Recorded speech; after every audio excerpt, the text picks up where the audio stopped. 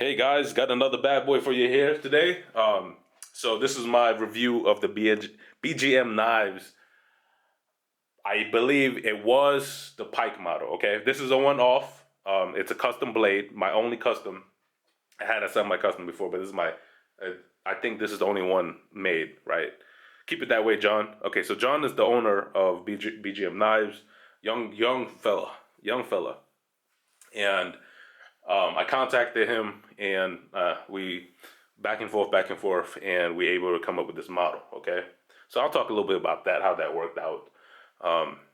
So I believe this knife was purchased for $200 something and CPM 3V.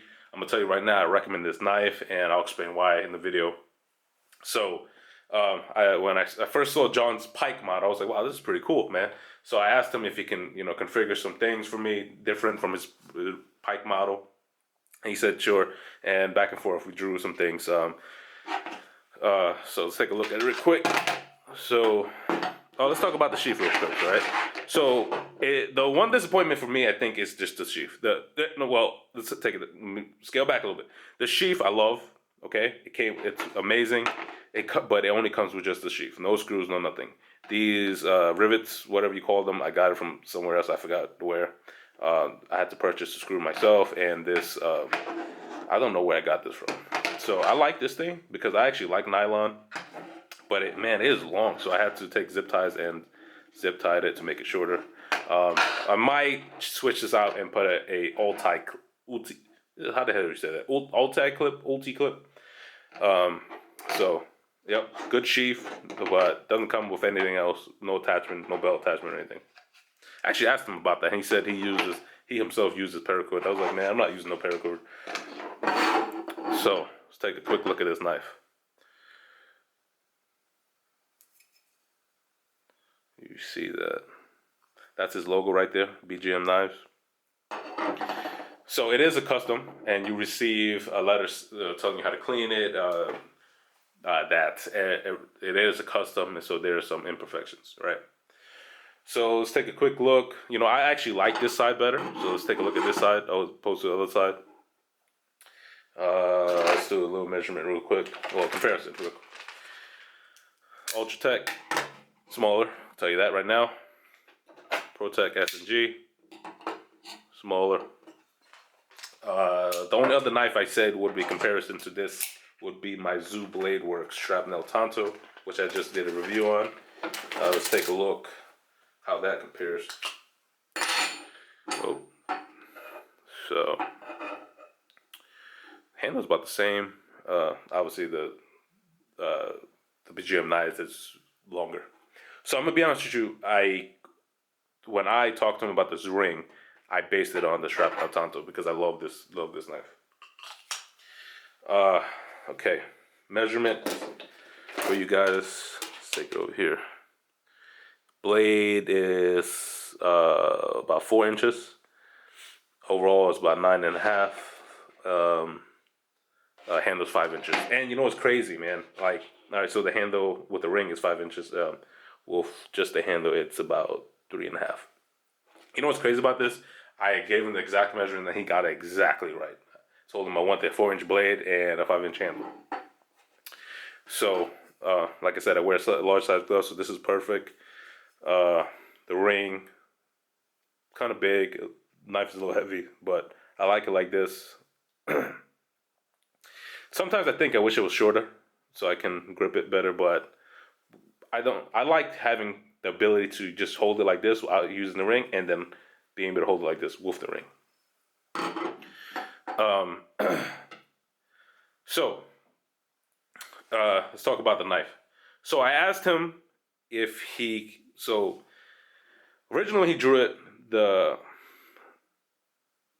ring was a little curved, right? So it's not perfectly straight. I actually wanted it perfectly straight like this, but he didn't do that. And he did help. It was kind of over here. He did able to move it up here. Good enough for me. I wasn't gonna fight him with that because I was fighting him all day I remember I was fighting him all day about it. So I asked him. I wanted the Tonto to be more aggressive, right? he said he couldn't do that if I wanted a compound grind. This is a compound grind. And originally it was kind of more like this, but then I fought him enough where told me he was able to pull it up to this degree. I don't know what the degree is. So that's cool there.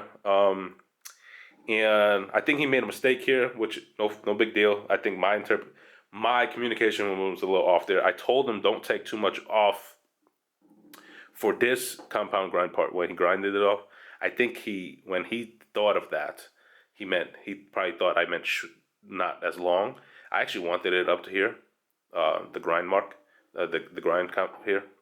But what he did was made it shorter. I actually was talking about don't take too much off the thickness. Then again, that's probably my fault. What else I want to talk about? Oh, so it is CPM 3V, so you're going to have to oil a little bit. CPM 3V is kind of like D2 in terms of resistance to rust. It does still rust, though. Handle is amazing, G10. I tried to ask him to get it more bigger gaps here, but, I think he already did this, so I was kind of like, all right, no big deal. This is a hex screw. That's the one thing I didn't like was this screw is small. It's tiny, man. I had to go out and buy. I didn't even have in my tool shops. I had to go out and buy another bit. So he changes now. I think he uses Phillips screwdrivers. I'm not a big fan of that. I kind of wish he either use the flats or get a big, like a T10 or a bigger version of the hex. So that's a negative there for me. Handle, it's really thick, like it, really comfortable. I tell you, this is not going nowhere. Also like how wide the blade is. So I want to tell you guys, this knife came two-tone, right? So there was satin, this is satin. Wish I could focus, yeah. And if you notice, these are scratch marks. This is done by me, okay, not him. So when I first saw this knife, it was two-tone. I asked him if he was able to get this part full satin as well, but the grind mark's going that way. He told me he couldn't because I don't remember why, but he couldn't. I also asked if he was able to bring this up a little bit. He said only a little bit, but this is after the fact I received the knife, so I was like, all right, forget it. I don't want to send it back. I want to play with this knife. So the thickness is a 1/4 inch thick. So if you notice that both sides a little bit, and the way I was able to do this is I removed the handle scales, and if you notice this, the darkness of the blade is still here, and I took sandpaper and sanded. I taped this first, and I sanded the crap out of it. So I was able to remove the the two-tone. Now it's kind of one-tone, but it's a different pattern. Some people think it's ugly. I think it's sexy. I like this side better than this side. This side was super hard to get rid of this. You see that imperfection? That was hard, man. I couldn't do it, but it is what it is. It's a fixed blade. Use it. This ain't no safe queen. Okay. What else I got to say about it? So I really like this knife. I recommend it. Like I said. I'll tell you a funny story. So, you guys ever see Miller Bros blades? Those videos, Miller Bros blades, they baton through steel. And Miller Bros blades used to use 5160. Stop using that. They use S35VN. Stop using that. CPM 3V. Stop using that. Now they only use Z-Wear.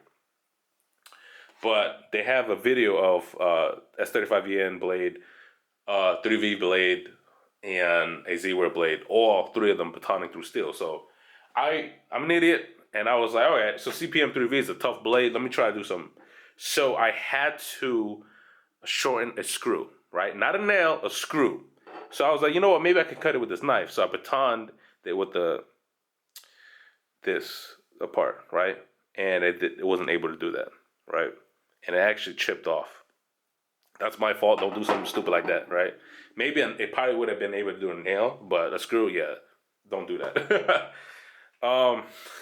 So let's talk about the sharpness of this knife. So obviously with the tip, it's behind the edge is thicker. So it's not slicey. You can still cut it with it. It's not slicey, but that's not the point of a Tonto tip. You want it thick, right? You want it strong. So this is the part that you want slicey. It is a slicey, a little, not shaving sharp. Okay, it still can cut through not paper, slice for paper, but it still shaves, but not as sharp as most knives, most other sharp knives.